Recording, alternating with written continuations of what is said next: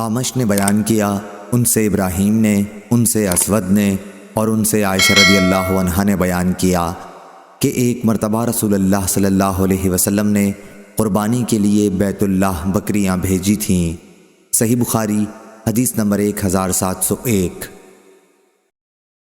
آمش نے بیان کیا، ان سے ابراہیم نے، ان سے اسود نے اور ان سے عائشہ رضی اللہ عنہا نے کہ میں نبی کریم صلی اللہ علیہ وسلم کے قربانی کے جانوروں کے لیے قلادے خود بٹا کرتی تھی۔ حضرت صلی اللہ علیہ وسلم نے بکری کو بھی قلادہ پہنایا تھا اور آپ خود اپنے گھر اس حال میں مقیم تھے کہ آپ حلال تھے۔ صحیح بخاری حدیث نمبر 1702۔ حماد نے بیان کیا، ان سے منصور بن معتمر نے، دوسری سند اور ہم سے محمد بن کثیر نے بیان کیا، انہیں سفیان نے خبر دی، انہیں منصور نے، انہیں ابراہیم نے، انہیں اسود نے اور ان سے عائشہ رضی اللہ عنہا نے بیان کیا کہ میں نبی کریم صلی اللہ علیہ وسلم کی بکریوں کے قلادے خود بٹا کرتی تھی۔ حضرت صلی اللہ علیہ وسلم انہیں بیت اللہ کے لیے بھیج دیتے اور خود حلال ہی ہونے کی حالت میں اپنے گھر ٹھہرے رہتے۔ صحیح بخاری حدیث نمبر 1703۔ زکریہ نے بیان کیا، ان سے عامر نے، ان سے مسروق نے اور ان سے عائشہ رضی اللہ عنہا نے بیان کیا کہ میں نے رسول اللہ صلی اللہ علیہ وسلم کی قربانی کے لیے خود قلادے بٹے ہیں۔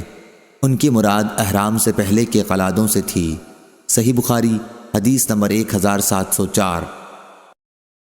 قاسم نے بیان کیا، ان سے ام المومنین حضرت عائشہ رضی اللہ عنہا نے بیان کیا کہ میرے پاس جو اون تھی اس کے ہار میں نے قربانی کے جانوروں کے لیے خود بٹے تھے۔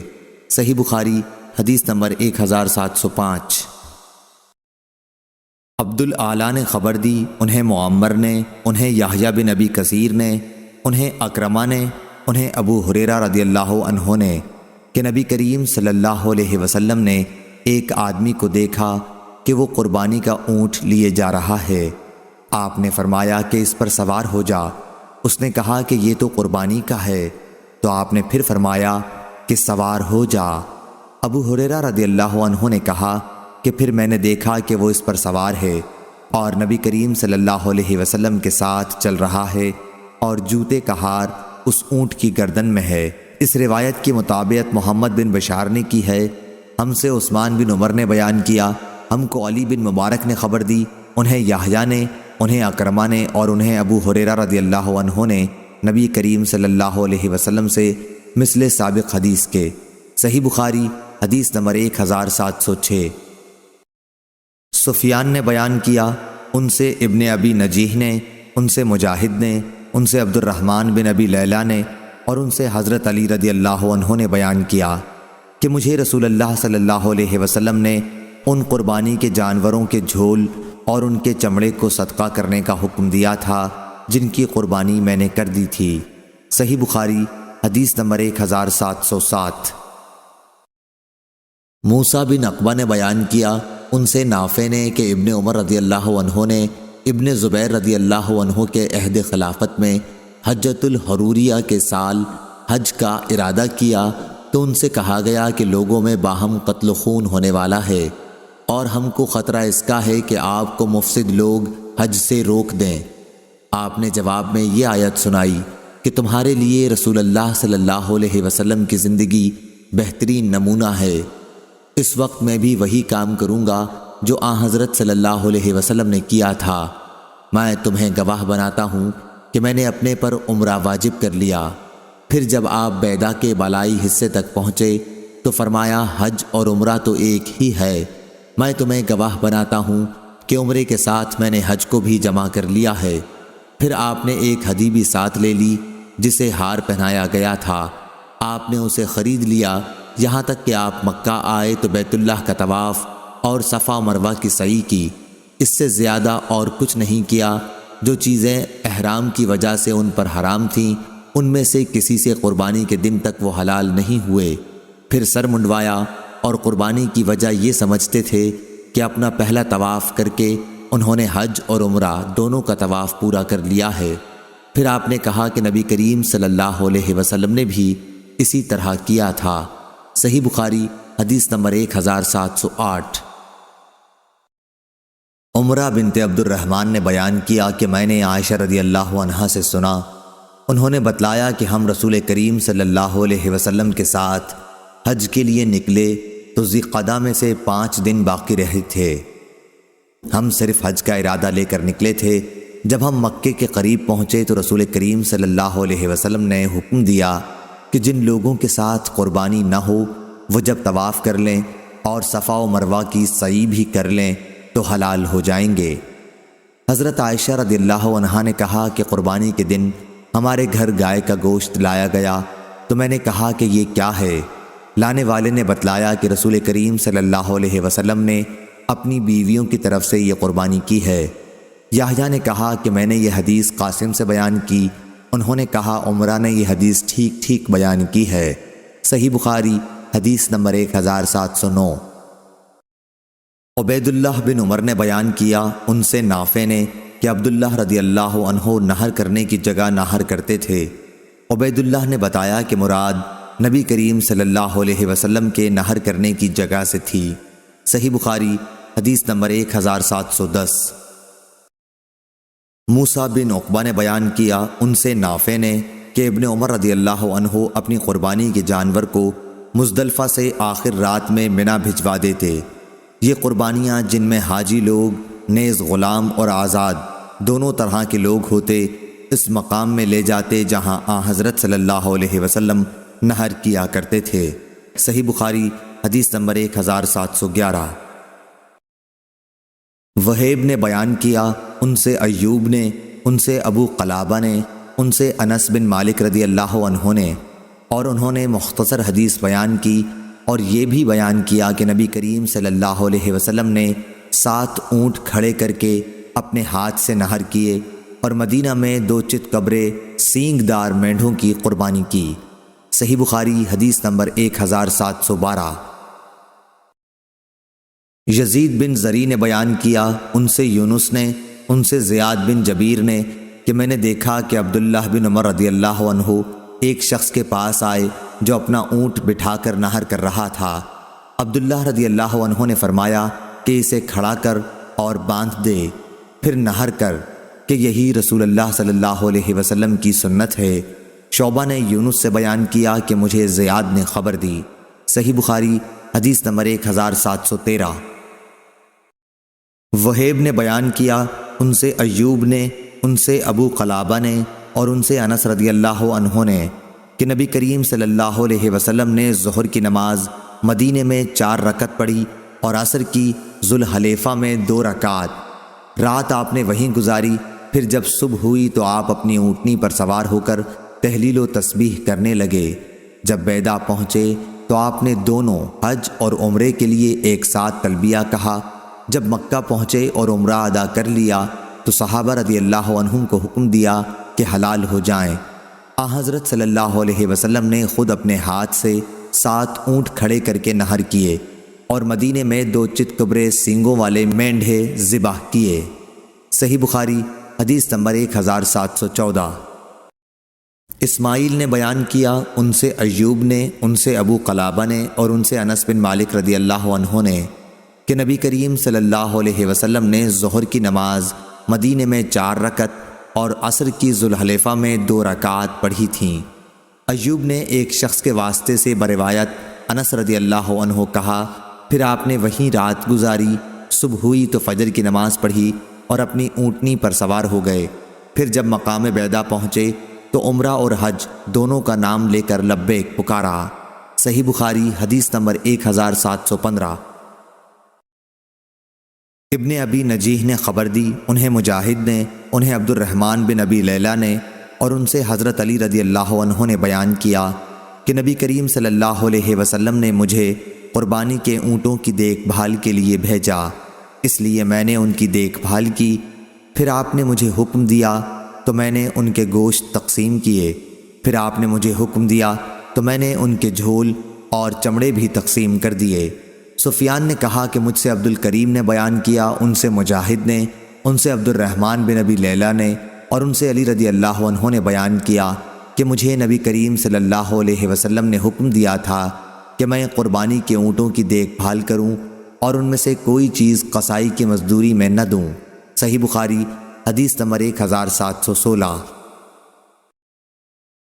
عبد الرحمن بن ابی لیلہ نے خبر دی، انہیں علی رضی اللہ عنہ نے خبر دی کہ نبی کریم صلی اللہ علیہ وسلم نے انہیں حکم دیا تھا کہ آپ قربانی کے اونٹوں کی نگرانی کریں، اور یہ کہ آپ کے قربانی کے جانوروں کی ہر چیز، گوشت، چمڑے اور جھول خیرات کر دیں، اور قصاب کی مزدوری اس میں سے نہ دیں۔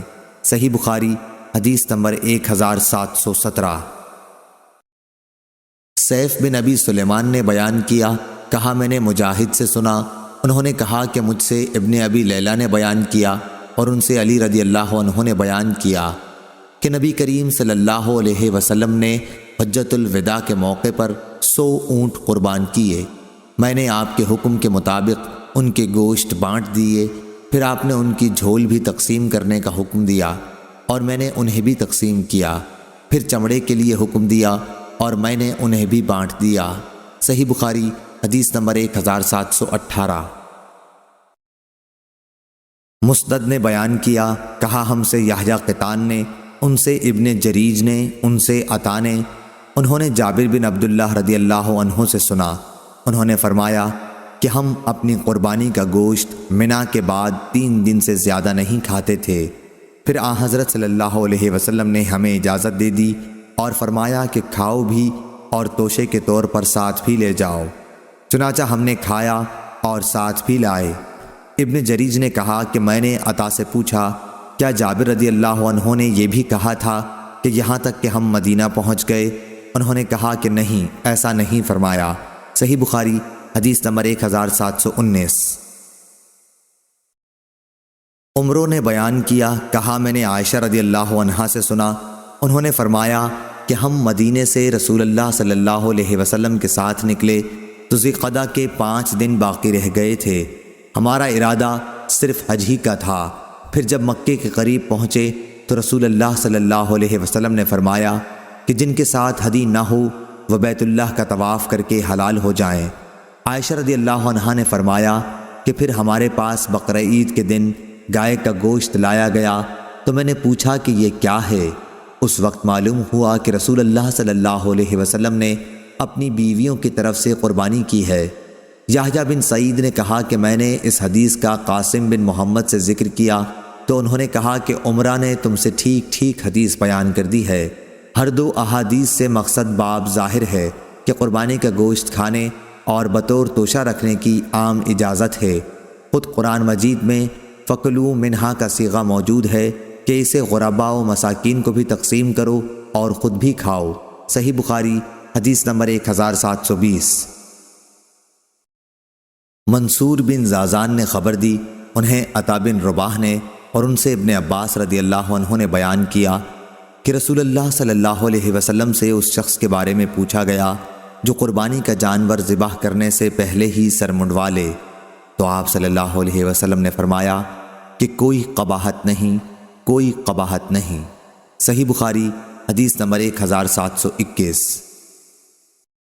ابو بکر بن عیاش نے خبر دی، انہیں عبدالعزیز بن رفیع نے، انہیں عطا بن ابی رباح نے اور انہیں ابن عباس رضی اللہ عنہ نے کہ ایک آدمی نے نبی کریم صلی اللہ علیہ وسلم سے پوچھا کہ حضور رمی سے پہلے میں نے طواف زیارت کر لیا۔ حضرت صلی اللہ علیہ وسلم نے فرمایا کہ کوئی حرج نہیں۔ پھر اس نے کہا اور حضور قربانی کرنے سے پہلے میں نے سر منڈوا لیا۔ آپ نے فرمایا کوئی حرج نہیں۔ پھر اس نے کہا اور قربانی کو رمی سے بھی پہلے کر لیا۔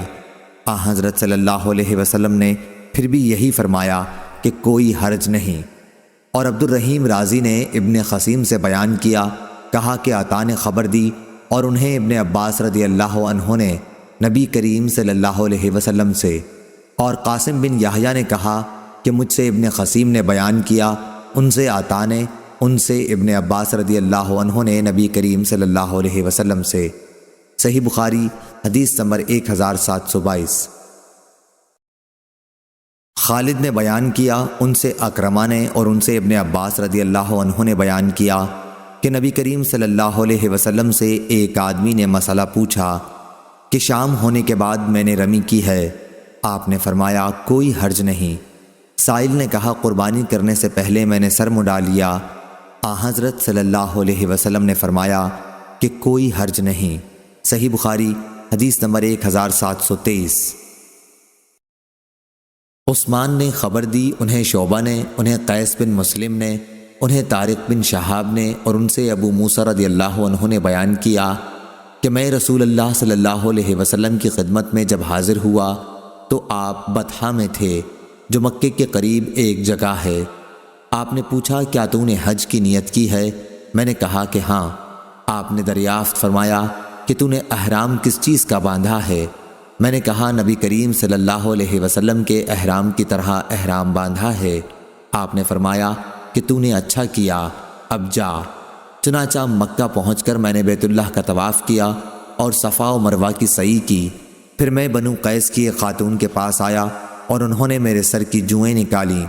اس کے بعد میں نے حج کی لبیک پکاری۔ اس کے بعد عمر رضی اللہ عنہ کے عہد خلافت تک اسی کا فتویٰ دیتا رہا۔ پھر جب میں نے عمر رضی اللہ عنہ سے اس کا ذکر کیا تو آپ نے فرمایا کہ ہمیں کتاب اللہ پر بھی عمل کرنا چاہیے اور اس میں پورا کرنے کا حکم ہے۔ پھر رسول اللہ صلی اللہ علیہ وسلم کی سنت پر بھی عمل کرنا چاہیے، اور حضرت صلی اللہ علیہ وسلم قربانی سے پہلے حلال نہیں ہوئے تھے۔ صحیح بخاری حدیث نمبر 1724۔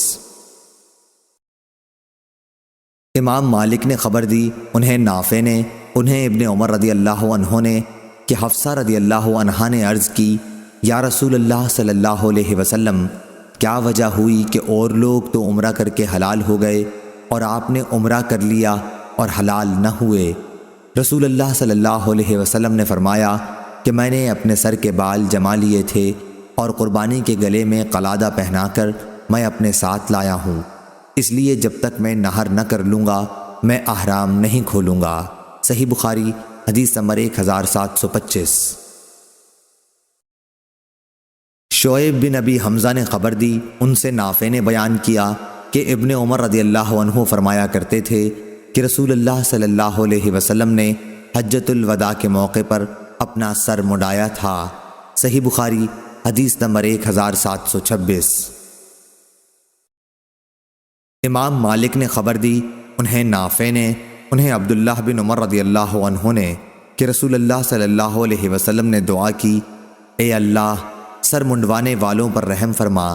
صحابہ رضی اللہ عنہم نے عرض کی اور کتروانے والوں پر؟ حضرت صلی اللہ علیہ وسلم نے اب بھی دعا کی، اے اللہ سر منڈوانے والوں پر رحم فرما۔ صحابہ رضی اللہ عنہم نے پھر عرض کی اور کتروانے والوں پر؟ اب آپ صلی اللہ علیہ وسلم نے فرمایا اور کتروانے والوں پر بھی۔ لیث نے کہا کہ مجھ سے نافع نے بیان کیا کہ حضرت صلی اللہ علیہ وسلم نے فرمایا اللہ نے سر منڈوانے والوں پر رحم کیا 1 یا 2 مرتبہ۔ انہوں نے بیان کیا کہ عبید اللہ نے کہا مجھ سے نافع نے بیان کیا کہ 4تھی مرتبہ حضرت صلی اللہ علیہ وسلم نے فرمایا کہ کتروانے والوں پر بھی۔ صحیح بخاری حدیث نمبر 1727۔ عمارہ بن قعقاع نے بیان کیا، ان سے ابو ذرع نے اور ان سے ابو ہریرہ رضی اللہ عنہ نے کہ رسول اللہ صلی اللہ علیہ وسلم نے دعا فرمائی، اے اللہ سر منڈوانے والوں کی مغفرت فرما۔ صحابہ رضی اللہ عنہم نے عرض کیا اور کتروانے والوں کے لیے بھی یہی دعا فرمائیے، لیکن حضرت صلی اللہ علیہ وسلم نے اس مرتبہ بھی یہی فرمایا، اے اللہ سر منڈوانے والوں کی مغفرت کر۔ پھر صحابہ رضی اللہ عنہم نے عرض کیا اور کتروانے والوں کی بھی۔ تیسری مرتبہ حضرت صلی اللہ علیہ وسلم نے فرمایا اور کتروانے والوں کی بھی مغفرت فرما۔ صحیح بخاری حدیث نمبر 1728۔ عبداللہ بن محمد بن اسما نے بیان کیا، کہا ہم سے جویریہ ابن اسما نے، ان سے نافع نے کہ عبداللہ بن عمر رضی اللہ عنہ نے فرمایا نبی کریم صلی اللہ علیہ وسلم اور آپ کے بہت سے اصحاب نے سر منڈوایا تھا، لیکن بعض نے کتروایا بھی تھا۔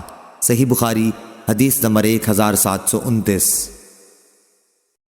طاؤس نے بیان کیا، ان سے حضرت عبداللہ بن عباس رضی اللہ عنہ اور ان سے معاویہ رضی اللہ عنہ نے کہ میں نے رسول اللہ صلی اللہ علیہ وسلم کے بال قینچی سے کاٹے تھے۔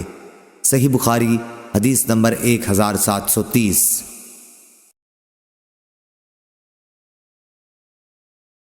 قریب نے خبر دی، ان سے ابن عباس رضی اللہ عنہ نے کہا کہ جب نبی کریم صلی اللہ علیہ وسلم مکے میں تشریف لائے تو آپ نے اپنے اصحاب کو یہ حکم دیا کہ بیت اللہ کا طواف اور صفا و مروہ کی سعی کرنے کے بعد احرام کھول دیں، پھر سر منڈوا لیں یا بال کتروا لیں۔ صحیح بخاری حدیث نمبر 1731۔ سفیان نے بیان کیا، ان سے عبید اللہ نے، ان سے نافع نے کہ ابن عمر رضی اللہ عنہ نے صرف ایک طواف الزیارہ کیا، پھر سویرے سے منا کو آئے۔ ان کی مراد 10ویں تاریخ سے تھی۔ عبد الرزاق نے اس حدیث کا رفع رسول اللہ صلی اللہ علیہ وسلم تک بھی کیا ہے، انہیں عبید اللہ نے خبر دی۔ صحیح بخاری حدیث نمبر 1732۔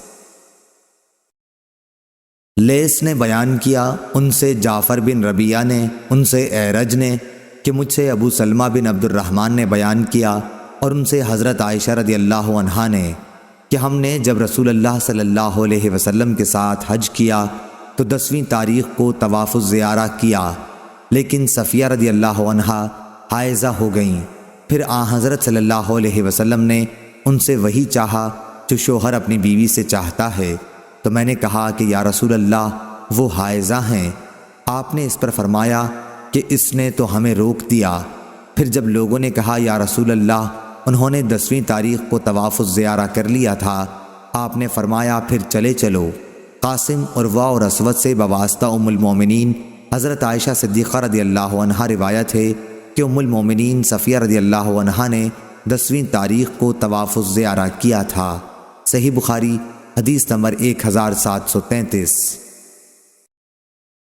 ابن طاؤس نے بیان کیا، ان سے ان کے باپ نے اور ان سے ابن عباس رضی اللہ عنہ نے کہ نبی کریم صلی اللہ علیہ وسلم سے قربانی کرنے، سر منڈوانے، رمی جمار کرنے اور ان میں آگے پیچھے کرنے کے بارے میں دریافت کیا گیا تو آپ نے فرمایا کہ کوئی حرج نہیں۔ صحیح بخاری حدیث نمبر 1734۔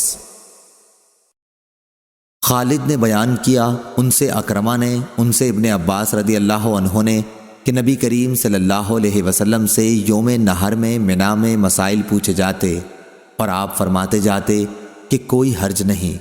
ایک شخص نے پوچھا تھا کہ میں نے قربانی کرنے سے پہلے سر منڈا لیا ہے، تو آپ نے اس کے جواب میں بھی یہی فرمایا کہ جاؤ قربانی کر لو، کوئی حرج نہیں۔ اور اس نے یہ بھی پوچھا کہ میں نے کنکریاں شام ہونے سے بعد ہی مار لی ہیں، تو بھی آپ نے فرمایا کہ کوئی حرج نہیں۔ صحیح بخاری حدیث نمبر 1735۔ امام مالک نے خبر دی، انہیں ابن شہاب نے، انہیں عیسیٰ بن طلحہ نے، انہیں عبداللہ بن عمر رضی اللہ عنہ نے کہ نبی کریم صلی اللہ علیہ وسلم حجۃ الوداع کے موقع پر اپنی سواری پر بیٹھے ہوئے تھے اور لوگ آپ سے مسائل معلوم کیے جا رہے تھے۔ ایک شخص نے کہا حضور مجھ کو معلوم نہ تھا اور میں نے قربانی کرنے سے پہلے ہی سر منڈا لیا۔ آپ نے فرمایا اب قربانی کر لو، کوئی حرج نہیں۔ دوسرا شخص آیا اور بولا حضور مجھے خیال نہ رہا اور رمی جمار سے پہلے ہی میں نے قربانی کر دی۔ آپ نے فرمایا اب رمی کر لو، کوئی حرج نہیں۔ اس دن آپ سے جس چیز کے آگے پیچھے کرنے کے متعلق سوال ہوا، آپ صلی اللہ علیہ وسلم نے یہی فرمایا اب کر لو، کوئی حرج نہیں۔ صحیح بخاری حدیث نمبر 1736۔ زہری نے بیان کیا، ان سے عیسیٰ بن طلحہ نے اور ان سے عبداللہ بن عمرو بن العاص رضی اللہ عنہ نے کہ جب رسول اللہ صلی اللہ علیہ وسلم 10ویں تاریخ کو منا میں خطبہ دے رہے تھے تو وہ وہاں موجود تھے۔ ایک شخص نے اس وقت کھڑے ہو کر پوچھا میں اس خیال میں تھا کہ فلاں کام فلاں سے پہلے ہے۔ پھر دوسرا کھڑا ہوا اور کہا کہ میرا خیال تھا کہ فلاں کام فلاں سے پہلے ہے، چنانچہ میں نے قربانی سے پہلے سر منڈا لیا، رمی جمار سے پہلے قربانی کر لی اور مجھے اس میں شک ہوا، تو نبی اکرم صلی اللہ علیہ وسلم نے فرمایا اب کر لو، ان سب میں کوئی حرج نہیں۔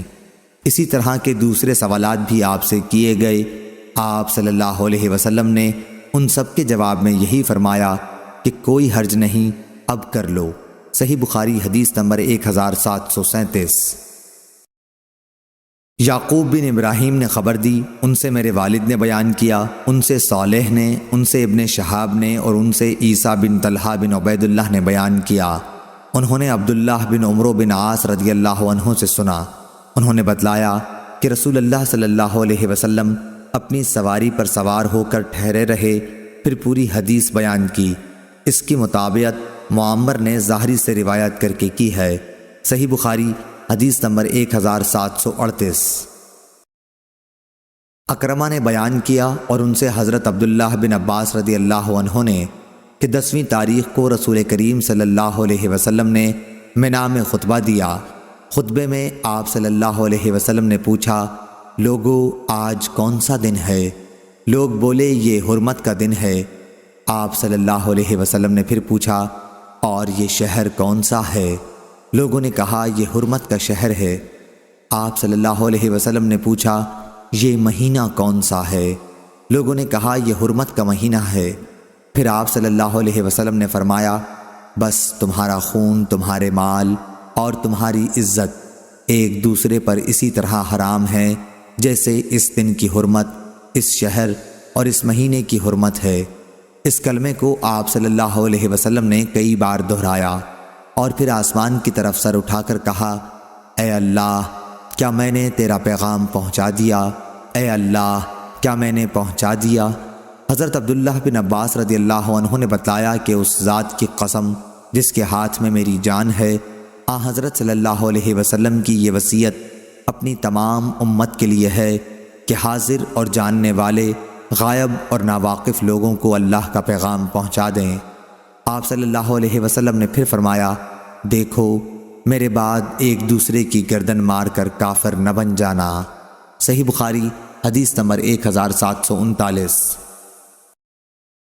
عمروں نے خبر دی، کہا کہ میں نے جابر بن زید سے سنا، انہوں نے کہا کہ میں نے ابن عباس رضی اللہ عنہ سے سنا، آپ نے بتلایا کہ میدان عرفات میں رسول کریم صلی اللہ علیہ وسلم کا خطبہ میں نے خود سنا تھا۔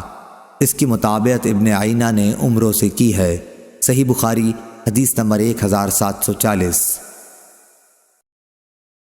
محمد بن سیرین نے کہا کہ مجھے عبد الرحمن بن ابی بکرہ نے اور ایک اور شخص نے جو میرے نزدیک عبد الرحمن سے بھی افضل ہے، یعنی حمید بن عبد الرحمن نے خبر دی کہ ابو بکرہ رضی اللہ عنہ نے بتلایا کہ نبی کریم صلی اللہ علیہ وسلم نے 10ویں تاریخ کو منا میں خطبہ سنایا۔ آپ صلی اللہ علیہ وسلم نے پوچھا، لوگو معلوم ہے آج یہ کون سا دن ہے؟ ہم نے عرض کی اللہ اور اس کا رسول زیادہ جانتے ہیں۔ آپ صلی اللہ علیہ وسلم اس پر خاموش ہو گئے اور ہم نے سمجھا کہ آپ صلی اللہ علیہ وسلم اس دن کا کوئی اور نام رکھیں گے، لیکن آپ صلی اللہ علیہ وسلم نے فرمایا، کیا یہ قربانی کا دن نہیں ہے؟ ہم بولے ہاں ضروری ہے۔ پھر آپ صلی اللہ علیہ وسلم نے پوچھا، یہ مہینہ کون سا ہے؟ ہم نے کہا اللہ اور اس کا رسول زیادہ جانتے ہیں۔ آپ صلی اللہ علیہ وسلم اس مرتبہ بھی خاموش ہو گئے اور ہمیں خیال ہوا کہ آپ صلی اللہ علیہ وسلم اس مہینے کا کوئی اور نام رکھیں گے، لیکن آپ صلی اللہ علیہ وسلم نے فرمایا، کیا یہ ذی الحج کا مہینہ نہیں ہے؟ ہم بولے کیوں نہیں؟ پھر آپ صلی اللہ علیہ وسلم نے پوچھا، یہ شہر کون سا ہے؟ ہم نے عرض کی اللہ اور اس کا رسول بہتر جانتے ہیں۔ اس مرتبہ بھی آپ صلی اللہ علیہ وسلم اس طرح خاموش ہو گئے کہ ہم نے سمجھا کہ آپ صلی اللہ علیہ وسلم اس کا کوئی اور نام رکھیں گے، لیکن آپ صلی اللہ علیہ وسلم نے فرمایا کہ یہ حرمت کا شہر نہیں ہے۔ ہم نے عرض کی کہ کیوں نہیں؟ ضرور ہے۔ اس کے بعد آپ صلی اللہ علیہ وسلم نے ارشاد فرمایا، بس تمہارا خون اور تمہارے مال تم پر اسی طرح حرام ہیں جیسے اس دن کی حرمت اس مہینہ اور اس شہر میں ہے، تاکہ تم اپنے رب سے جا ملو۔ کہو کیا میں نے تم کو اللہ کا پیغام پہنچا دیا؟ لوگوں نے کہا کہ ہاں۔ آپ صلی اللہ علیہ وسلم نے فرمایا، اے اللہ تو گواہ رہنا، اور ہاں یہاں موجود غائب کو پہنچا دیں، کیونکہ بہت سے لوگ جن تک یہ پیغام پہنچے گا سننے والوں سے زیادہ پیغام کو یاد رکھنے والے ثابت ہوں گے، اور میرے بعد کافر نہ بن جانا کہ ایک دوسرے کی ناحق گردنیں مارنے لگو۔ صحیح بخاری حدیث نمبر 1741۔ عاصم بن محمد بن زید نے خبر دی، انہیں ان کے باپ نے اور ان سے ابن عمر رضی اللہ عنہ نے بیان کیا کہ نبی کریم صلی اللہ علیہ وسلم نے منا میں فرمایا کہ تم کو معلوم ہے آج کون سا دن ہے؟ لوگوں نے کہا کہ اللہ اور اس کے رسول زیادہ جانتے ہیں۔ حضرت صلی اللہ علیہ وسلم نے فرمایا کہ یہ حرمت کا دن ہے، اور یہ بھی تم کو معلوم ہے کہ یہ کون سا شہر ہے؟ لوگوں نے کہا اللہ اور اس کے رسول زیادہ جانتے ہیں۔ آپ صلی اللہ علیہ وسلم نے فرمایا کہ یہ حرمت کا شہر ہے، اور تم کو یہ بھی معلوم ہے کہ یہ کون سا مہینہ ہے؟ لوگوں نے کہا اللہ اور اس کے رسول زیادہ جانتے ہیں۔ حضرت صلی اللہ علیہ وسلم نے فرمایا کہ اللہ تعالیٰ نے تمہارے خون، تمہارا مال اور عزت ایک دوسرے پر ناحق اس طرح حرام کر دی ہیں جیسے اس دن کی حرمت اس مہینے اور اس شہر میں ہے۔ ہشام بن غاز نے کہا کہ مجھے نافع نے ابن عمر رضی اللہ عنہ کے حوالے سے خبر دی کہ رسول اللہ صلی اللہ علیہ وسلم حجۃ الوداع میں 10ویں تاریخ کو جمرات کے درمیان کھڑے ہوئے تھے اور فرمایا تھا کہ یہ دیکھو یوم نحر اکبر کا دن ہے۔ پھر نبی کریم صلی اللہ علیہ وسلم یہ فرمانے لگے کہ اے اللہ گواہ رہنا۔ حضرت صلی اللہ علیہ وسلم نے اس موقع پر چونکہ لوگوں کو رخصت کیا تھا، آپ سمجھ گئے کہ وفات کا زمانہ آن پہنچا، جب سے لوگ اس حج کو حجۃ الوداع کہنے لگے۔ صحیح بخاری حدیث نمبر 1742۔ محمد بن عبید بن میمون نے بیان کیا، انہوں نے کہا کہ ہم سے عیسیٰ بن یونس نے، ان سے عبید اللہ نے، ان سے نافع نے اور ان سے ابن عمر رضی اللہ عنہ نے کہ نبی کریم صلی اللہ علیہ وسلم نے اجازت دی۔ صحیح بخاری حدیث نمبر 1743۔ عبید اللہ نے بیان کیا، کہا کہ مجھ سے نافع نے بیان کیا اور ان سے ابن عمر رضی اللہ عنہ نے کہ عباس رضی اللہ عنہ نے نبی کریم صلی اللہ علیہ وسلم سے منا کی راتوں میں حاجیوں کو پانی پلانے کے لیے مکہ میں رہنے کی اجازت چاہی تو آپ نے ان کو اجازت دے دی۔ اس روایت کے مطابق محمد بن عبداللہ کے ساتھ ابو اسامہ، عقبہ بن خالد اور ابو زمرہ نے کی ہے۔ صحیح بخاری حدیث نمبر 1745۔ مسعر نے بیان کیا، ان سے وبرا نے کہ میں نے حضرت عبداللہ بن عمر رضی اللہ عنہ سے پوچھا کہ میں کنکریاں کس وقت ماروں؟ تو آپ نے فرمایا کہ جب تمہارا امام مارے تو تم بھی مارو۔ لیکن دوبارہ میں نے ان سے یہی مسئلہ پوچھا تو انہوں نے فرمایا کہ ہم انتظار کرتے رہتے اور جب سورج ڈھل جاتا تو کنکریاں مارتے۔ صحیح بخاری حدیث نمبر 1746۔ عبد الرحمن بن زید نے بیان کیا کہ عبداللہ رضی اللہ عنہ نے وادی کے نشیب بطن وادی میں کھڑے ہو کر کنکری ماری تو میں نے کہا اے عبد الرحمن، کچھ لوگ تو وادی کے بالائی علاقے سے کنکریاں مارتے ہیں۔ اس کا جواب انہوں نے یہ دیا کہ اس ذات کی قسم جس کے سوا کوئی معبود نہیں، یہی بطن وادی ان کے کھڑے ہونے کی جگہ ہے رمی کرتے وقت جن پر سورہ بقرہ نازل ہوئی تھی۔ عبداللہ بن ولید نے بیان کیا کہ ان سے سفیان ثوری نے اور ان سے اعمش نے یہی حدیث بیان کی۔ صحیح بخاری حدیث نمبر 1747۔ شعبہ نے بیان کیا، ان سے حکم بن عتبہ نے، ان سے ابراہیم نخعی نے، ان سے عبد الرحمن بن یزید نے کہ عبداللہ بن مسعود رضی اللہ عنہ جمرہ کبریٰ کے پاس پہنچے تو کعبے کو آپ نے بائیں طرف کیا اور منا کو دائیں طرف، پھر 7 کنکریوں سے رمی کی اور فرمایا کہ جن پر سورہ بقرہ نازل ہوئی تھی انہوں نے بھی اسی طرح رمی کی تھی، یعنی رسول اللہ صلی اللہ علیہ وسلم۔ صحیح بخاری حدیث نمبر 1748۔ حکم بن عطیبہ نے بیان کیا، ان سے ابراہیم نخعی نے، ان سے عبد الرحمن بن یزید نے کہ انہوں نے حضرت عبداللہ بن مسعود رضی اللہ عنہ کے ساتھ حج کیا۔ انہوں نے دیکھا کہ جمرہ عقبہ کی 7 کنکریوں کے ساتھ رمی کے وقت آپ نے بیت اللہ کو تو اپنی بائیں طرف اور منا کو دائیں طرف کر لیا، پھر فرمایا کہ یہی ان کا بھی مقام تھا جن پر سورہ بقرہ نازل ہوئی تھی، یعنی نبی کریم صلی اللہ علیہ وسلم۔ صحیح بخاری حدیث نمبر 1749۔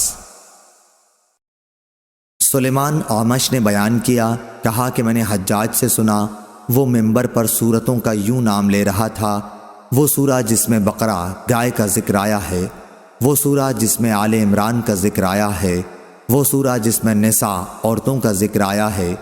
اعمش نے کہا میں نے اس کا ذکر حضرت ابراہیم نخعی رحمہ اللہ سے کیا تو انہوں نے فرمایا کہ مجھ سے عبد الرحمن بن یزید نے بیان کیا کہ جب حضرت عبداللہ بن مسعود رضی اللہ عنہ نے جمرہ عقبہ کی رمی کی تو وہ ان کے ساتھ تھے۔ اس وقت وہ وادی کے نشیب میں اتر گئے اور جب درخت کے جو اس وقت وہاں پر تھا برابر نیچے اس کے سامنے ہو کر 7 کنکریوں سے رمی کی، ہر کنکری کے ساتھ اللہ اکبر کہتے جاتے تھے۔ پھر فرمایا قسم ہے اس کی جس ذات کے سوا کوئی معبود نہیں، یہیں وہ ذات بھی کھڑی ہوئی تھی جس پر سورہ بقرہ نازل ہوئی۔ صحیح بخاری حدیث نمبر 1750۔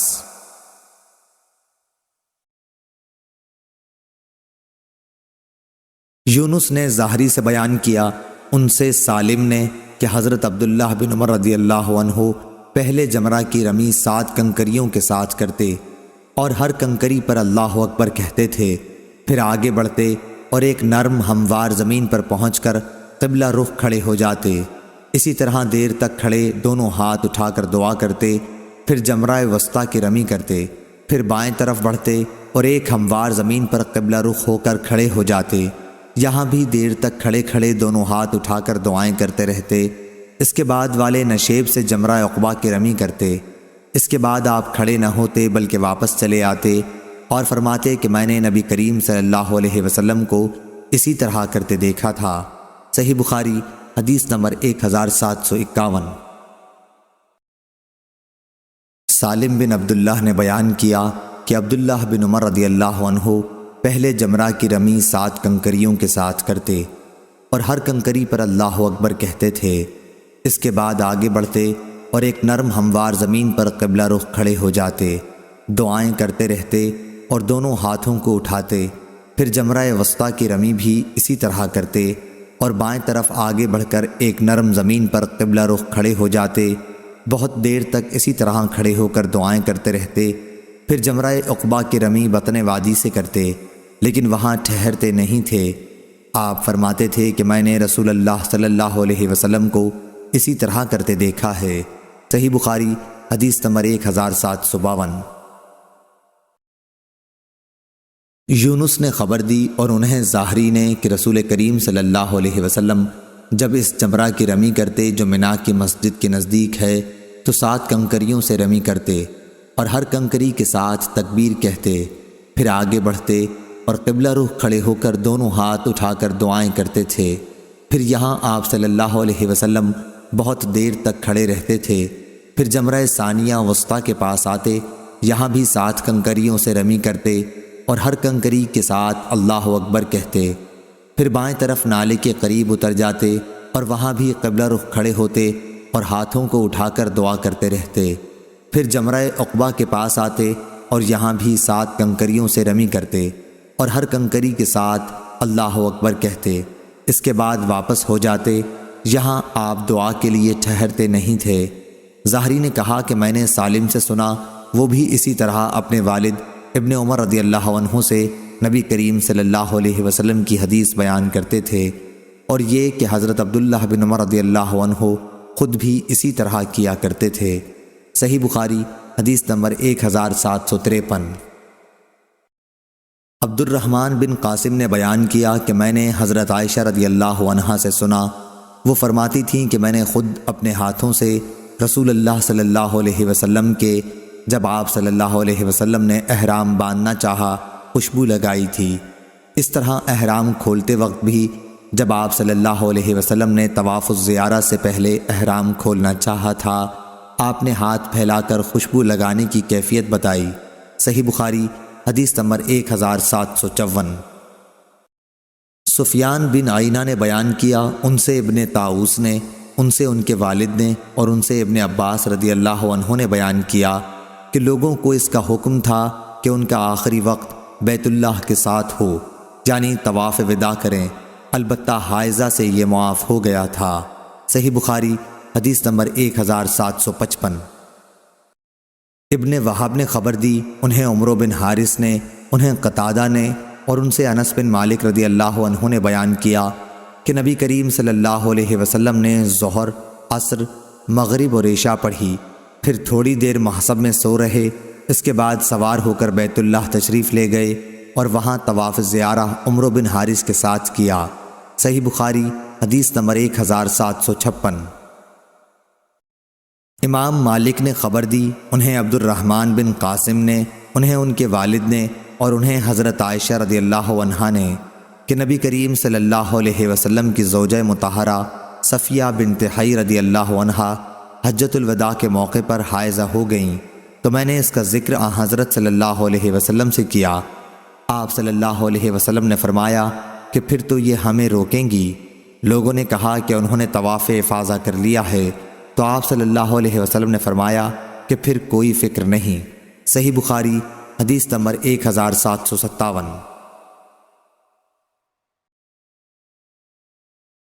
ابو نعمان نے بیان کیا کہ ان سے حماد نے، ان سے ایوب نے، ان سے اکرمہ نے کہ مدینے کے لوگوں نے ابن عباس رضی اللہ عنہ سے ایک عورت کے متعلق پوچھا کہ جو طواف کرنے کے بعد حائضہ ہو گئی تھیں۔ آپ نے انہیں بتایا کہ انہیں ٹھہرنے کی ضرورت نہیں بلکہ چلی جائیں، لیکن پوچھنے والوں نے کہا ہم ایسا نہیں کریں گے کہ آپ کی بات پر عمل تو کریں اور زید بن ثابت رضی اللہ عنہ کی بات چھوڑ دیں۔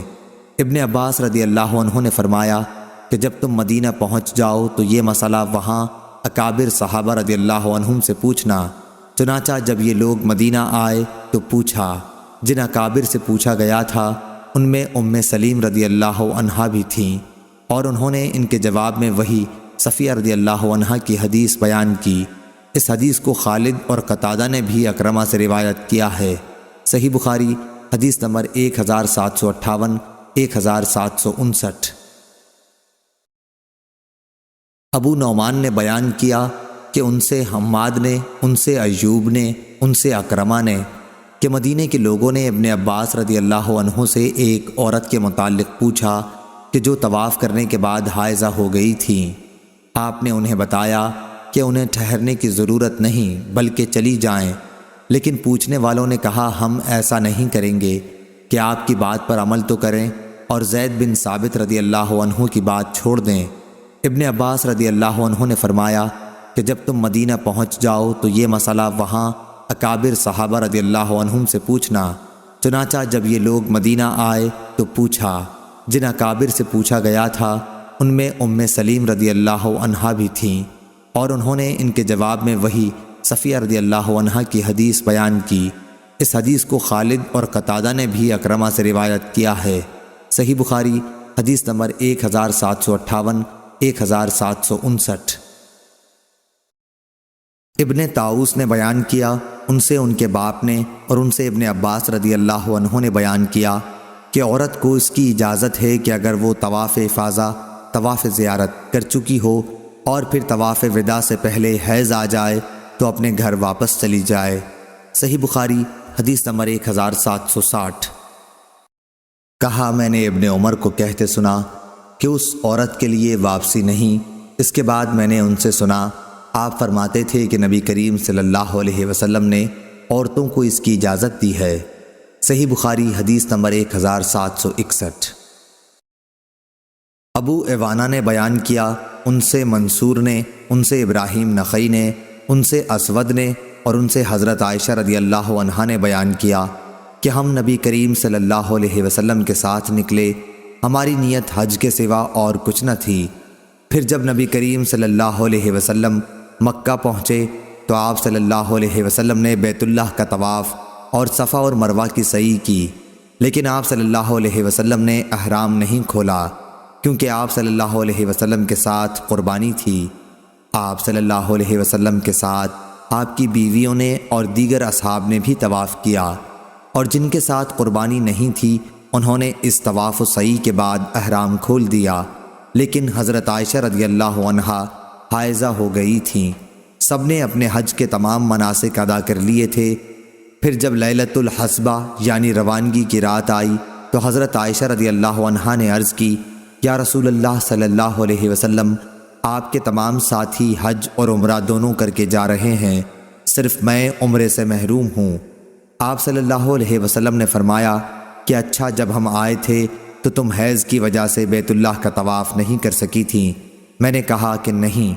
آپ صلی اللہ علیہ وسلم نے فرمایا کہ پھر اپنے بھائی کے ساتھ تنعیم چلی جا اور وہاں سے عمرے کا احرام باندھ اور عمرہ کر، ہم تمہارا فلاں جگہ انتظار کریں گے۔ چنانچہ میں اپنے بھائی عبد الرحمن کے ساتھ تنعیم گئی اور وہاں سے احرام باندھا۔ اسی طرح صفیہ بنت حی رضی اللہ عنہا بھی حائضہ ہو گئی تھیں۔ نبی کریم صلی اللہ علیہ وسلم نے انہیں از راہ محبت فرمایا، اقری حلقی، تو ہمیں روک لے گی؟ کیا تو نے قربانی کے دن طواف و زیارت نہیں کیا تھا؟ وہ بولیں کہ کیا تھا۔ اس پر آپ صلی اللہ علیہ وسلم نے فرمایا کہ پھر کوئی حرج نہیں، چلی چلو۔ میں جب آپ صلی اللہ علیہ وسلم تک پہنچی تو آپ صلی اللہ علیہ وسلم مکے کے بالائی علاقے پر چڑھ رہے تھے اور میں اتر رہی تھی، یا یہ کہا کہ میں چڑھ رہی تھی اور حضور صلی اللہ علیہ وسلم اتر رہے تھے۔ مسند کی روایت میں رسول اللہ صلی اللہ علیہ وسلم کے کہنے پر ہاں کے بجائے نہیں ہے۔ اس کی مطابقت جریر نے منصور کے واسطے سے نہیں کے ذکر میں کی ہے۔ صحیح بخاری حدیث نمبر 1762۔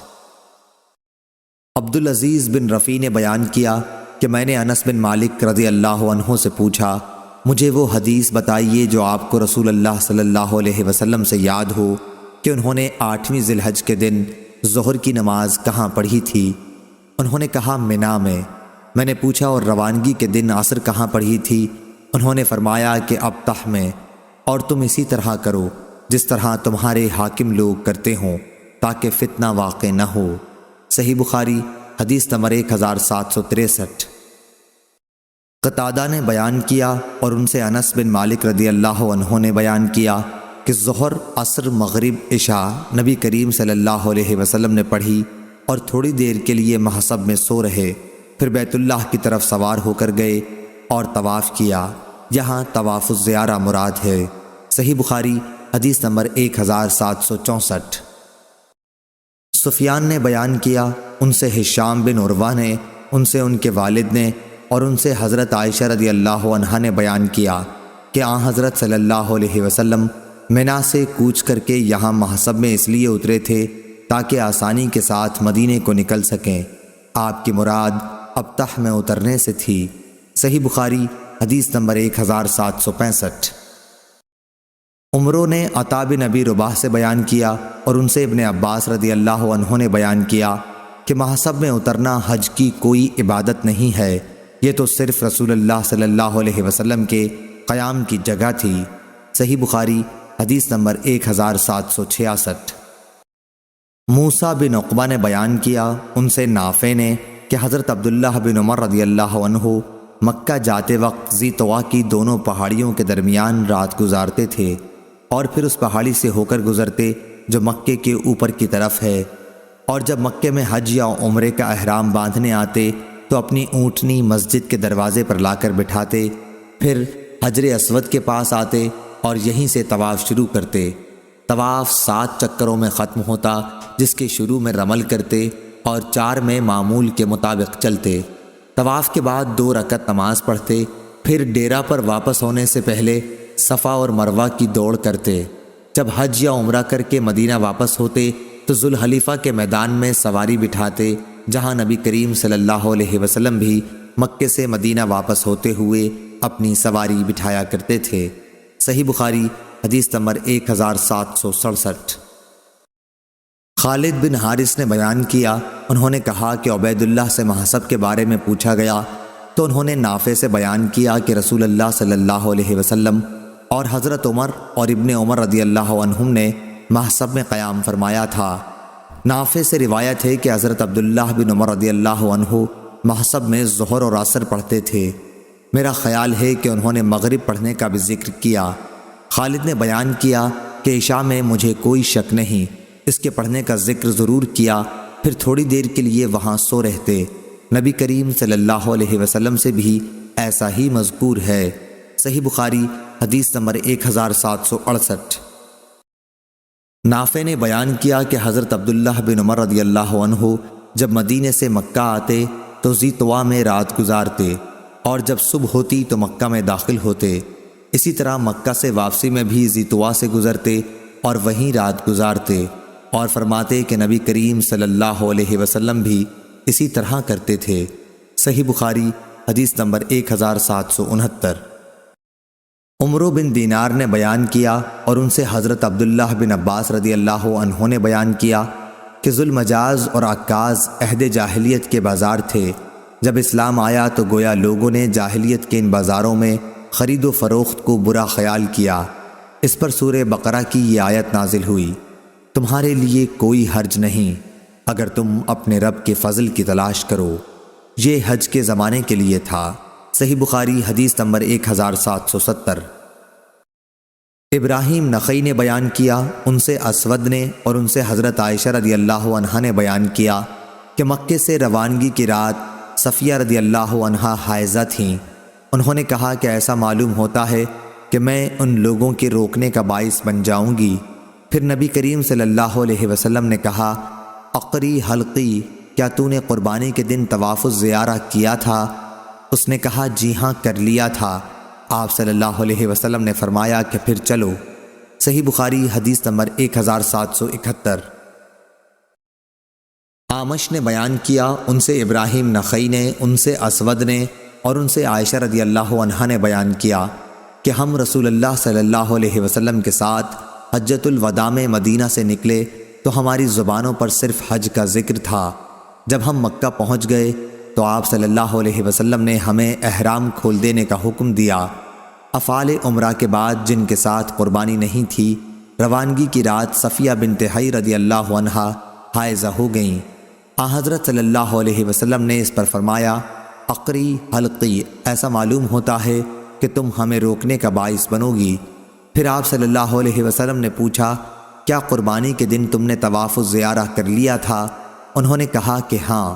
اس پر آپ صلی اللہ علیہ وسلم نے فرمایا کہ پھر چلی چلو۔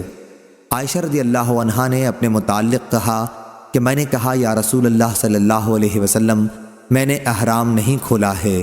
آپ صلی اللہ علیہ وسلم نے فرمایا کہ تم تنعیم سے عمرے کا احرام باندھ لو اور عمرہ کر لو۔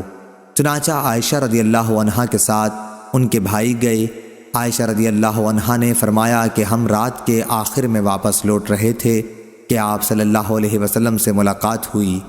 آپ صلی اللہ علیہ وسلم نے فرمایا تھا کہ ہم تمہارا انتظار فلاں جگہ کریں گے۔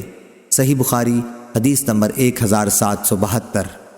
ابو صالح سمان نے خبر دی اور انہیں حضرت ابو ہریرہ رضی اللہ عنہ نے کہ رسول اللہ صلی اللہ علیہ وسلم نے فرمایا، ایک عمرے کے بعد دوسرا عمرہ دونوں کے درمیان گناہوں کا کفارہ ہے، اور حج مبرور کی جزا جنت کے سوا اور کچھ نہیں ہے۔ صحیح بخاری حدیث نمبر 1773۔ ابن جریج نے خبر دی کہ اکرمہ بن خالد نے حضرت ابن عمر رضی اللہ عنہ سے حج سے پہلے عمرہ کرنے کے بارے میں پوچھا تو انہوں نے کہا کہ کوئی حرج نہیں۔ اکرمہ نے کہا حضرت ابن عمر رضی اللہ عنہ نے بتلایا کہ نبی کریم صلی اللہ علیہ وسلم نے حج کرنے سے پہلے عمرہ ہی کیا تھا۔ اور ابراہیم بن سعد نے محمد بن اسحاق سے بیان کیا، ان سے اکرمہ بن خالد نے بیان کیا کہ میں نے حضرت عبداللہ بن عمر رضی اللہ عنہ سے پوچھا، پھر یہی حدیث بیان کی۔ صحیح بخاری حدیث نمبر 1774۔ مجاہد نے بیان کیا کہ میں اور عروہ بنت زبیر مسجد نبوی میں داخل ہوئے۔ وہاں عبداللہ بن عمر رضی اللہ عنہ حضرت عائشہ رضی اللہ عنہا کے حجرے کے پاس بیٹھے ہوئے تھے۔ کچھ لوگ مسجد نبوی میں اشراق کی نماز پڑھ رہے تھے۔ انہوں نے بیان کیا کہ ہم نے عبداللہ بن عمر رضی اللہ تعالیٰ عنہ سے ان لوگوں کی اس نماز کے متعلق پوچھا۔ انہوں نے بیان کیا کہ ہم نے عبداللہ بن عمر سے ان لوگوں کی اس نماز کے متعلق پوچھا تو آپ نے فرمایا کہ بدعت ہے۔ پھر ان سے پوچھا کہ نبی کریم صلی اللہ علیہ وسلم نے کتنے عمرے کیے تھے؟ انہوں نے کہا کہ 4۔ ایک ان میں سے رجب میں کیا تھا، لیکن ہم نے پسند نہیں کیا کہ ان کی اس بات کی تردید کریں۔ صحیح بخاری حدیث نمبر 1775۔ مجاہد نے بیان کیا کہ ہم نے ام المومنین عائشہ رضی اللہ عنہا کے حجرے سے ان کے مسواک کرنے کی آواز سنی تو عروہ نے پوچھا، اے میری ماں، اے ام المومنین، ابو عبد الرحمن کی بات آپ سن رہی ہیں؟ عائشہ رضی اللہ عنہا نے پوچھا، وہ کیا کہہ رہے ہیں؟ انہوں نے کہا، کہہ رہے ہیں کہ رسول کریم صلی اللہ علیہ وسلم نے 4 عمرے کیے تھے، جن میں سے ایک رجب میں کیا تھا۔ انہوں نے فرمایا کہ اللہ ابو عبد الرحمن پر رحم کرے۔ حضرت صلی اللہ علیہ وسلم نے تو کوئی عمرہ ایسا نہیں کیا جس میں وہ خود موجود نہ رہے ہوں۔ آپ صلی اللہ علیہ وسلم نے رجب میں تو کبھی عمرہ ہی نہیں کیا۔ صحیح بخاری حدیث نمبر 1776۔ عروہ بن زبیر رضی اللہ عنہ نے بیان کیا کہ میں نے عائشہ رضی اللہ عنہا سے پوچھا تو آپ نے فرمایا کہ رسول اللہ صلی اللہ علیہ وسلم نے رجب میں کوئی عمرہ نہیں کیا تھا۔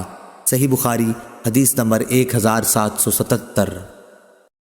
حمام بن یحییٰ نے بیان کیا ان سے قتادہ نے کہ میں نے انس رضی اللہ عنہ سے پوچھا کہ نبی کریم صلی اللہ علیہ وسلم نے کتنے عمرے کیے تھے تو آپ نے فرمایا کہ 4۔ عمرہ حدیبیہ ذی قعدہ میں جہاں پر مشرکین نے آپ صلی اللہ علیہ وسلم کو روک دیا تھا، پھر آئندہ سال ذی قعدہ ہی میں ایک عمرہ قضا جس کے متعلق آپ صلی اللہ علیہ وسلم نے مشرکین سے صلح کی تھی، اور تیسرا عمرہ جعرانہ جس موقع پر آپ صلی اللہ علیہ وسلم نے غنیمت غالباً حنین کی تقسیم کی تھی۔ چوتھا حج کے ساتھ میں نے پوچھا اور آن حضرت صلی اللہ علیہ وسلم نے حج کتنے کیے؟ فرمایا کہ 1۔ صحیح بخاری حدیث نمبر 1778۔ قتادہ نے بیان کیا کہ میں نے انس رضی اللہ عنہ سے آن حضرت صلی اللہ علیہ وسلم کے عمرے کے متعلق پوچھا تو آپ نے فرمایا کہ نبی کریم صلی اللہ علیہ وسلم نے ایک عمرہ وہاں کیا جہاں سے آپ کو مشرکین نے واپس کر دیا تھا، اور دوسرے سال اسی عمرہ حدیبیہ کی قضائی کی تھی، اور ایک عمرہ ذی قعدہ میں اور ایک اپنے حج کے ساتھ کیا تھا۔ صحیح بخاری حدیث نمبر 1779۔ حمام نے بیان کیا اس روایت میں یوں ہے کہ جو عمرہ آن حضرت صلی اللہ علیہ وسلم نے اپنے حج کے ساتھ کیا تھا اس کے سوا تمام عمرے ذی قعدہ ہی میں کیے تھے۔ حدیبیہ کا عمرہ اور دوسرے سال اس کی قضا کا عمرہ کیا تھا، کیونکہ آپ نے قرآن کیا تھا اور حجۃ الوداع سے متعلق ہے، اور جعرانہ کا عمرہ جب آپ صلی اللہ علیہ وسلم نے جنگ حنین کی غنیمت تقسیم کی تھی، پھر ایک عمرہ اپنے حج کے ساتھ کیا تھا۔ صحیح بخاری حدیث نمبر 1780۔ ابو اسحاق نے بیان کیا کہ میں نے مسروق، عطا اور مجاہد رحمہم اللہ تعالی سے پوچھا تو ان سب حضرات نے بیان کیا کہ رسول اللہ صلی اللہ علیہ وسلم نے حج سے پہلے ذی قعدہ ہی میں عمرے کیے تھے، اور انہوں نے بیان کیا کہ میں نے براء بن عازب رضی اللہ عنہ سے سنا، انہوں نے فرمایا کہ نبی کریم صلی اللہ علیہ وسلم نے ماہ ذی قعدہ میں حج سے پہلے 2 عمرے کیے تھے۔ صحیح بخاری حدیث نمبر 1781۔ عطا بن ابی رباح نے بیان کیا کہ میں نے عبداللہ بن عباس رضی اللہ عنہ سے سنا، انہوں نے ہمیں خبر دی کہ رسول اللہ صلی اللہ علیہ وسلم نے ایک انصاری خاتون ام سنان رضی اللہ عنہا سے ابن عباس رضی اللہ عنہ نے ان کا نام بتایا تھا لیکن مجھے یاد نہ رہا، پوچھا کہ تو ہمارے ساتھ حج کیوں نہیں کرتی؟ وہ کہنے لگی کہ ہمارے پاس ایک اونٹ تھا جس پر ابو فلاں یعنی اس کا خاوند اور اس کا بیٹا سوار ہو کر حج کے لیے چل دیے، اور ایک اونٹ انہوں نے چھوڑا ہے جس سے پانی لایا جاتا ہے۔ آپ صلی اللہ علیہ وسلم نے فرمایا کہ اچھا، جب رمضان آئے تو عمرہ کر لینا، کیونکہ رمضان کا عمرہ ایک حج کے برابر ہوتا ہے، یا اسی جیسی کوئی بات آپ صلی اللہ علیہ وسلم نے فرمائی۔ صحیح بخاری حدیث نمبر 1782۔ ہشام نے بیان کیا ان سے ان کے والد عروہ نے، اور ان سے حضرت عائشہ رضی اللہ عنہا نے بیان کیا کہ ہم رسول اللہ صلی اللہ علیہ وسلم کے ساتھ مدینے سے نکلے تو ذی الحج کا چاند نکلنے والا تھا۔ آپ صلی اللہ علیہ وسلم نے فرمایا کہ اگر کوئی حج کا احرام باندھنا چاہتا ہے تو وہ حج کا باندھ لے، اور اگر کوئی عمرے کا باندھنا چاہتا ہے تو وہ عمرے کا باندھ لے۔ اگر میرے ساتھ ہدی نہ ہوتی تو میں بھی عمرے کا احرام باندھتا۔ حضرت عائشہ رضی اللہ عنہا نے بیان کیا کہ ہم میں بعض نے تو عمرے کا احرام باندھا اور بعض نے حج کا احرام باندھا۔ میں بھی ان لوگوں میں تھی جنہوں نے عمرے کا احرام باندھا تھا، لیکن عرفہ کا دن آیا تو میں اس وقت حائضہ تھی، چنانچہ میں نے حضور صلی اللہ علیہ وسلم سے شکایت کی۔ آپ صلی اللہ علیہ وسلم نے فرمایا کہ پھر عمرہ چھوڑ دے اور سر کھول دے اور اس میں کنگاہ کر لے، پھر حج کا احرام باندھ لینا۔ میں نے ایسا ہی کیا۔ جب محسب کے قیام کی رات آئی تو حضور صلی اللہ علیہ وسلم نے عبد الرحمن کو میرے ساتھ تنعیم بھیجا، وہاں سے میں نے عمرے کا احرام اپنے اس عمرے کے بدلے میں باندھا جس کو توڑ ڈالا تھا۔ صحیح بخاری حدیث نمبر 1783۔ سفیان بن عیینہ نے بیان کیا، ان سے عمرو بن دینار نے، انہوں نے عمرو بن عوص سے سنا، ان کو عبد الرحمن بن ابی بکر رضی اللہ عنہ نے خبر دی کہ رسول اللہ صلی اللہ علیہ وسلم نے انہیں حکم دیا تھا کہ عائشہ رضی اللہ عنہا کو اپنے ساتھ سواری پر لے جائیں اور تنعیم سے انہیں عمرہ کرا لائیں۔ سفیان بن عیینہ نے کہیں یوں کہا، میں نے عمرو بن دینار سے سنا، کہیں یوں کہا، میں نے کئی بار اس حدیث کو عمرو بن دینار سے سنا۔ صحیح بخاری حدیث نمبر 1784۔ جابر بن عبداللہ رضی اللہ عنہ نے بیان کیا کہ نبی کریم صلی اللہ علیہ وسلم اور آپ صلی اللہ علیہ وسلم کے اصحاب نے حج کا احرام باندھا تھا، اور حضرت صلی اللہ علیہ وسلم اور طلحہ رضی اللہ عنہ کے سوا قربانی کسی کے پاس نہیں تھی۔ انہی دنوں میں حضرت علی رضی اللہ عنہ یمن سے آئے تو ان کے ساتھ بھی قربانی تھی۔ انہوں نے کہا کہ جس چیز کا احرام رسول اللہ صلی اللہ علیہ وسلم نے باندھا ہے، میرا بھی احرام وہی ہے۔ حضرت صلی اللہ علیہ وسلم نے اپنے اصحاب رضی اللہ عنہم کو مکے میں پہنچ کر اس کی اجازت دے دی تھی کہ اپنے حج کو عمرے میں تبدیل کر دیں اور بیت اللہ کا طواف اور صفا مروہ کی سعی کر کے بال ترشوا لیں اور احرام کھول دیں، لیکن وہ لوگ ایسا نہ کریں جن کے ساتھ قربانی ہو۔ اس پر لوگوں نے کہا کہ ہم منا سے حج کے لیے اس طرح سے جائیں گے کہ ہمارے ذکر سے منی ٹپک رہی ہو۔ یہ بات رسول اللہ تک پہنچی تو آپ صلی اللہ علیہ وسلم نے فرمایا، جو بات اب ہوئی اگر پہلے سے معلوم ہوتی تو میں اپنے ساتھ ہدی نہ لاتا، اور اگر میرے ساتھ ہدی نہ ہوتی تو افعال عمرہ ادا کرنے کے بعد میں بھی احرام کھول دیتا۔ عائشہ رضی اللہ عنہا اس حج میں حائضہ ہو گئی تھیں، اس لیے انہوں نے اگرچہ تمام مناسک ادا کیے لیکن بیت اللہ کا طواف نہیں کیا۔ پھر جب وہ پاک ہو گئیں اور طواف کر لیا تو عرض کی، یا رسول اللہ صلی اللہ علیہ وسلم، سب لوگ حج اور عمرہ دونوں کر کے واپس ہو رہے ہیں لیکن میں صرف حج کر سکی ہوں۔ آپ نے اس پر عبد الرحمن بن ابی بکر رضی اللہ عنہ سے کہا کہ انہیں ہمراہ لے کر تنعیم جائیں اور عمرہ کرا لائیں۔ یہ عمرہ حج کے بعد ذی الحج کے ہی مہینے میں ہوا تھا۔ حضرت صلی اللہ علیہ وسلم جب جمرہ عقبہ کی رمی کر رہے تھے تو سراقہ بن مالک بن جاشم آپ صلی اللہ علیہ وسلم کی خدمت میں حاضر ہوئے اور پوچھا، یا رسول اللہ، کیا یہ عمرہ اور حج کے درمیان احرام کھول دینا صرف آپ صلی اللہ علیہ وسلم ہی کے لیے ہے؟ حضرت صلی اللہ علیہ وسلم نے فرمایا کہ نہیں، بلکہ ہمیشہ کے لیے ہے۔ صحیح بخاری حدیث نمبر 1785۔ ہشام بن عروہ نے بیان کیا، کہا کہ مجھے میرے والد عروہ نے خبر دی، کہا کہ مجھے عائشہ رضی اللہ عنہا نے خبر دی، انہوں نے کہا کہ ذی الحج کا چاند نکلنے والا تھا کہ ہم رسول اللہ صلی اللہ علیہ وسلم کے ساتھ مدینے سے حج کے لیے چلے۔ حضرت صلی اللہ علیہ وسلم نے فرمایا کہ جو عمرے کا احرام باندھنا چاہے وہ عمرے کا باندھ لے، اور جو حج کا باندھنا چاہے وہ حج کا باندھ لے۔ اگر میں اپنے ساتھ قربانی نہ لاتا تو میں بھی عمرے کا ہی احرام باندھتا۔ چنانچہ بہت سے لوگوں نے عمرے کا احرام باندھا اور بہتوں نے حج کا۔ میں بھی ان لوگوں میں تھی جنہوں نے عمرے کا احرام باندھا تھا، مگر میں مکے میں داخل ہونے سے پہلے حائضہ ہو گئی۔ عرفہ کا دن آ گیا اور ابھی میں حائضہ ہی تھی۔ اس کا رونا میں رسول اللہ صلی اللہ علیہ وسلم کے سامنے روئی۔ آپ صلی اللہ علیہ وسلم نے فرمایا کہ عمرہ چھوڑ دے اور سر کھول لے اور کنگاہ کر لے، پھر حج کا احرام باندھ لینا۔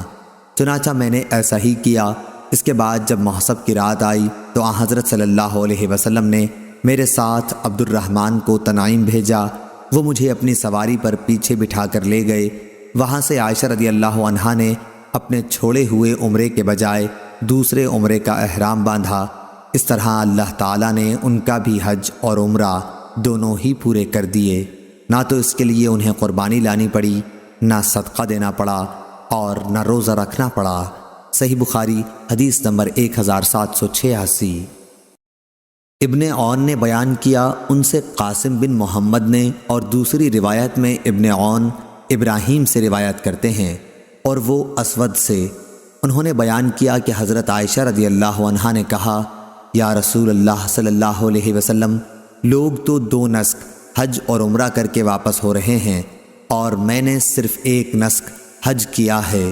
اس پر ان سے کہا گیا کہ پھر انتظار کریں اور جب پاک ہو جائیں تو تنعیم جا کر وہاں سے عمرے کا احرام باندھیں، پھر ہم سے فلاں جگہ آ ملیں، اور یہ کہ اس عمرے کا ثواب تمہارے خرچ اور محنت کے مطابق ملے گا۔ صحیح بخاری حدیث نمبر 1787۔ افلاح بن حمید نے بیان کیا، ان سے قاسم بن محمد نے اور ان سے حضرت عائشہ رضی اللہ عنہا نے بیان کیا کہ حج کے مہینوں اور آداب میں ہم حج کا احرام باندھ کر مدینے سے چلے اور مقام صرف میں پڑاؤ کیا۔ نبی کریم صلی اللہ علیہ وسلم نے اپنے اصحاب سے فرمایا کہ جس کے ساتھ قربانی نہ ہو اور وہ چاہے کہ اپنے حج کے احرام کو عمرے سے بدل دے تو وہ ایسا کر سکتا ہے، لیکن جس کے ساتھ قربانی ہے وہ ایسا نہیں کر سکتا۔ نبی کریم صلی اللہ علیہ وسلم اور آپ کے بعض مقدور والوں کے ساتھ قربانی تھی، اس لیے ان کا احرام صرف عمرے کا نہیں رہا۔ پھر نبی کریم صلی اللہ علیہ وسلم میرے یہاں تشریف لائے تو میں رو رہی تھی۔ آپ صلی اللہ علیہ وسلم نے دریافت فرمایا کہ رو کیوں رہی ہو؟ میں نے کہا آپ صلی اللہ علیہ وسلم نے اپنے اصحاب سے جو کچھ فرمایا میں سن رہی تھی، اب تو میرا عمرہ ہو گیا۔ آپ صلی اللہ علیہ وسلم نے پوچھا کیا بات ہوئی؟ میں نے کہا کہ میں نماز نہیں پڑھ سکتی حیض کی وجہ سے۔ حضرت صلی اللہ علیہ وسلم نے اس پر فرمایا کہ کوئی حرج نہیں، تو بھی آدم کی بیٹیوں میں سے ایک ہے، اور جو ان سب کے مقدر میں لکھا ہے وہی تمہارا بھی مقدر ہے۔ اب حج کا احرام باندھ لے، شاید اللہ تعالیٰ تمہیں عمرہ بھی نصیب کرے۔ عائشہ رضی اللہ عنہا نے بیان کیا کہ میں نے حج کا احرام باندھ لیا، پھر جب ہم حج سے فارغ ہو کر اور منا سے نکل کر محصب میں اترے تو حضرت صلی اللہ علیہ وسلم نے عبد الرحمن کو بلایا اور ان سے کہا کہ اپنی بہن کو حد حرم سے باہر لے جا تنعیم، تاکہ وہ وہاں سے عمرے کا احرام باندھ لیں، پھر طواف و سعی کرو، ہم تمہارا انتظار یہیں کریں گے۔ ہم آدھی رات کو آپ کی خدمت میں پہنچے تو آپ صلی اللہ علیہ وسلم نے پوچھا کیا فارغ ہو گئے؟ میں نے کہا ہاں۔ حضرت صلی اللہ علیہ وسلم نے اس کے بعد اپنے اصحاب میں کوچ کا اعلان کر دیا۔ بیت اللہ کا طواف ودا کرنے والے لوگ صبح کی نماز سے پہلے ہی روانہ ہو گئے اور مدینہ کی طرف چل دیے۔ صحیح بخاری حدیث نمبر 1788۔ صفوان بن یعلی بن امیہ نے بیان کیا، ان سے ان کے والد نے کہ نبی کریم صلی اللہ علیہ وسلم جعرانہ میں تھے تو آپ صلی اللہ علیہ وسلم کی خدمت میں ایک شخص حاضر ہوا، جبہ پہنے ہوئے اور اس پر خلوق یا زردی کا نشان تھا۔ اس نے پوچھا مجھے اپنے عمرے میں آپ کس طرح کرنے کا حکم دیتے ہیں؟ اس پر اللہ تعالیٰ نے نبی کریم صلی اللہ علیہ وسلم پر وحی نازل کی اور آپ صلی اللہ علیہ وسلم پر کپڑا ڈال دیا گیا۔ میری بڑی آرزو تھی کہ جب حضور صلی اللہ علیہ وسلم پر وحی نازل ہو رہی ہو تو میں آپ صلی اللہ علیہ وسلم کو دیکھوں۔ عمر رضی اللہ عنہ نے فرمایا یہاں آؤ، نبی کریم صلی اللہ علیہ وسلم پر جب وحی نازل ہو رہی ہو اس وقت تم حضور صلی اللہ علیہ وسلم کو دیکھنے کے آرزو مند ہو؟ میں نے کہا ہاں۔ انہوں نے کپڑے کا کنارہ اٹھایا اور میں نے اس میں سے آپ صلی اللہ علیہ وسلم کو دیکھا۔ آپ زور زور سے خراٹے لے رہے تھے۔ میرا خیال ہے کہ انہوں نے بیان کیا جیسے اونٹ کے سانس کی آواز ہوتی ہے۔ پھر جب وحی اترنی بند ہوئی تو آپ صلی اللہ علیہ وسلم نے فرمایا کہ پوچھنے والا کہاں ہے جو عمرے کا حال پوچھتا تھا؟ اپنا جبہ اتار دے، خلوق کے اثر کو دھو ڈال اور زعفران کی زردی صاف کر لے، اور جس طرح حج میں کرتے ہو اسی طرح اس میں بھی کرو۔ صحیح بخاری حدیث نمبر 1789۔ امام مالک نے خبر دی، انہیں ہشام بن عروہ نے، انہیں ان کے والد عروہ بن زبیر نے کہ میں نے نبی کریم صلی اللہ علیہ وسلم کی زوجہ مطہرہ عائشہ صدیقہ رضی اللہ عنہا سے پوچھا جبکہ ابھی میں نوعمر تھا کہ اللہ تعالیٰ کا ارشاد ہے صفا اور مروہ دونوں اللہ تعالیٰ کی نشانیاں ہیں، اس لیے جو شخص بیت اللہ کا حج یا عمرہ کرے اس کے لیے ان کی سعی کرنے میں کوئی گناہ نہیں، اس لیے میں سمجھتا ہوں کہ اگر کوئی ان کی سعی نہ کرے تو اس پر کوئی گناہ نہ ہوگا۔ یہ سن کر حضرت عائشہ صدیقہ رضی اللہ عنہا نے فرمایا کہ ہرگز نہیں، اگر مطلب یہ ہوتا جیسا کہ تم بتا رہے ہو پھر تو ان کی صحیح نہ کرنے میں واقعی کوئی حرج نہیں تھا، لیکن یہ آیت تو انصار کے بارے میں نازل ہوئی ہے جو منات بت کے نام کا احرام باندھتے تھے جو قدید کے مقابل میں رکھا ہوا تھا۔ وہ صفا اور مروہ کی سعی کو اچھا نہیں سمجھتے تھے۔ جب اسلام آیا تو انہوں نے رسول اللہ صلی اللہ علیہ وسلم سے اس کے بارے میں پوچھا، اور اس پر اللہ تعالیٰ نے یہ آیت نازل فرمائی کہ صفا اور مروہ دونوں اللہ تعالیٰ کی نشانیاں ہیں، اس لیے جو شخص بیت اللہ کا حج یا عمرہ کرے اس کے لیے ان کی سعی کرنے میں کوئی گناہ نہیں۔ سفیان اور ابو معاویہ نے ہشام سے یہ زیادتی نکالی ہے کہ جو کوئی صفا مروہ کا پھیرا نہ کرے تو اللہ اس کا حج اور عمرہ پورا نہ کرے گا۔ صحیح بخاری حدیث نمبر 1790۔ اسحاق بن ابراہیم نے بیان کیا، ان سے جریر نے، ان سے اسماعیل نے، ان سے عبداللہ بن ابی اوفی نے بیان کیا کہ رسول اللہ صلی اللہ علیہ وسلم نے عمرہ بھی کیا اور ہم نے بھی آپ کے ساتھ عمرہ کیا۔ چنانچہ جب آپ مکے میں داخل ہوئے تو آپ صلی اللہ علیہ وسلم نے پہلے بیت اللہ کا طواف کیا اور آپ کے ساتھ ہم نے بھی طواف کیا، پھر صفا اور مروہ آئے اور ہم بھی آپ کے ساتھ آئے۔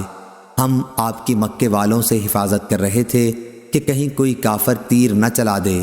میرے ایک ساتھی نے ابن ابی اوفا سے پوچھا، کیا حضرت صلی اللہ علیہ وسلم کعبے میں اندر داخل ہوئے تھے؟ انہوں نے فرمایا کہ نہیں۔